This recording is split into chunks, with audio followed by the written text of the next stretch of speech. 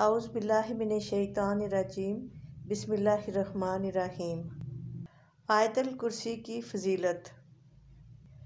قرآن کریم کی فضیلت کا عالم یہ ہے کہ امام غزالی حدیث نقل کرتے ہیں کہ نماز کی حالت میں کھڑے ہو کر قرآن کریم کی تلاوت کی جائے تو ایک حرف پر 100 نیکیاں ملتی ہیں، اور اگر نماز کی حالت میں بیٹھ کر تلاوت کی جائے تو ایک حرف پر 50 نیکیاں ملتی ہیں۔ قرآن کریم کی تلاوت کی عظمت یہ ہے کہ جب بیٹھ کر عام حالت میں قرآن مجید کی تلاوت کریں تو ہر حرف پر 10 نیکیاں ملتی ہیں۔ یہ ثواب ہے قرآن پاک کا اور اس کی تلاوت کا۔ قرآن پاک کی تلاوت کا یہ حق ہے ہم پر کہ پوری زندگی میں ایک مرتبہ قرآن پاک کی تلاوت کرنا یہ قرآن کا حق ہے۔ کچھ لوگ اگر یہ کہیں کہ ہم کمزور ہیں، قاصر بھی ہیں، تو زندگی میں ایک دفعہ ہی قرآن پڑھ لیں، یہ قرآن کا حق ادا ہو جائے گا۔ اور قرآن کریم کی سب سے افضل آیت آیت الکرسی ہے۔ ایک مرتبہ سرکار دو عالم صلی اللہ علیہ وآلہ وسلم نے حضرت ابی سے دریافت کیا کہ اے ابی، قرآن کریم کی سب سے افضل آیت کون سی ہے؟ حضرت ابی آپ کے صحابہ تھے، تو انہوں نے کچھ دیر سوچا اور جواب دیا آیت الکرسی قرآن کریم کی سب سے افضل آیت ہے۔ تو آپ نے فرمایا اے ابی، تم کو علم مبارک ہو، تم نے صحیح جواب دیا۔ قرآن کریم کی سب سے افضل آیت آیت الکرسی ہے، اور مزید آپ نے ارشاد فرمایا کہ اس آیت کے 2 ہونٹ اور 1 زبان ہے، اور یہ عرش کے قریب اللہ تعالیٰ کی حمد و ثنا کرتی رہتی ہے۔ یہ اتنی افضل آیت ہے کہ ہمارے معمول میں ہمیشہ رہنی چاہیے۔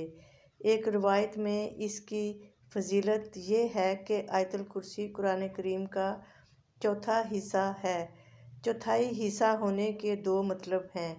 ایک مطلب یہ ہے کہ قرآن مجید میں اللہ تعالیٰ نے جو مضامین بیان فرمائے ہیں وہ 4 ہیں۔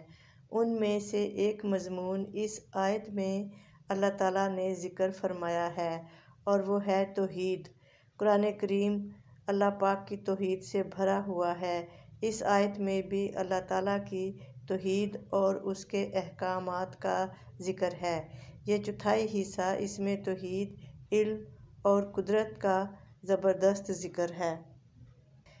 یہ ایک ہی آیت قرآن کریم کے مضامین پر مشتمل ہونے کی وجہ سے عظیم الشان آیت ہے۔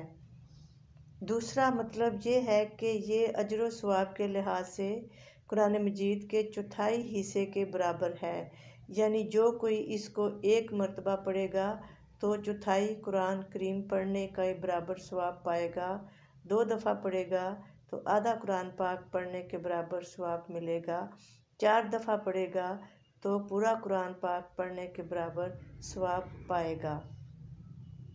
ایک روایت یہ بھی ہے کہ جس وقت آدمی آیت الکرسی پڑھتا ہے تو اگلے دن اسی وقت تک اللہ پاک ایک فرشتہ مقرر کر دیتے ہیں جو گناہ مٹاتا رہتا ہے اور نیکیاں لکھتا رہتا ہے، لیکن جو گناہ مٹائے جاتے ہیں وہ گناہ صغیرہ ہے، گناہ کبیرہ نہیں۔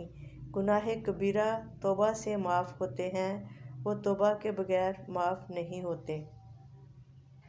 حضرت علی سے روایت ہے کہ جس گھر میں ایک دفعہ آیت الکرسی پڑھی جائے، اس گھر کی اور اس گھر کے رہنے والوں کی، اس کے پڑوسیوں کی اور پھر اس کے پڑوسیوں کی اور پھر اس کے ارد گرد جو لوگ رہتے ہیں، سب کی حفاظت اللہ تعالیٰ فرماتے ہیں۔ عابد اور صدیق کو اللہ پاک آیت الکرسی پڑھنے کی توفیق دیتے ہیں۔ عابد یا صدیق، اس کا یہ مطلب ہے اللہ تعالیٰ آیت الکرسی پڑھنے کی توفیق ہر کسی کو نہیں دیتے، عابد اور صدیق کو عطا فرماتے ہیں۔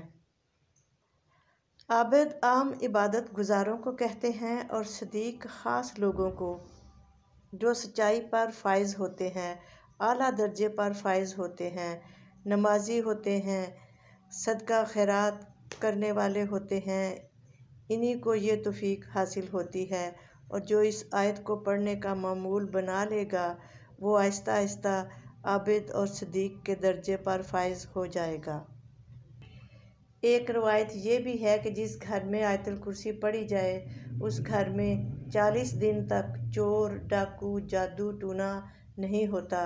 ہر نماز کے بعد سارے گھر والے یہی معمول بنا لیں تو سارے کا سارا شہر ہی محفوظ ہو جائے گا۔ ایک روایت یہ بھی ہے کہ جو آدمی ہر فرض نماز کے بعد 1 مرتبہ آیت الکرسی پڑھے گا تو اس کے اور جنت کے درمیان صرف موت کا فاصلہ رہ جائے گا۔ تو ہر فرض نماز کے بعد 1 دفعہ آیت الکرسی ضرور پڑھ لیا کریں، انشاءاللہ تعالی جنت آپ کا مقام ہوگا۔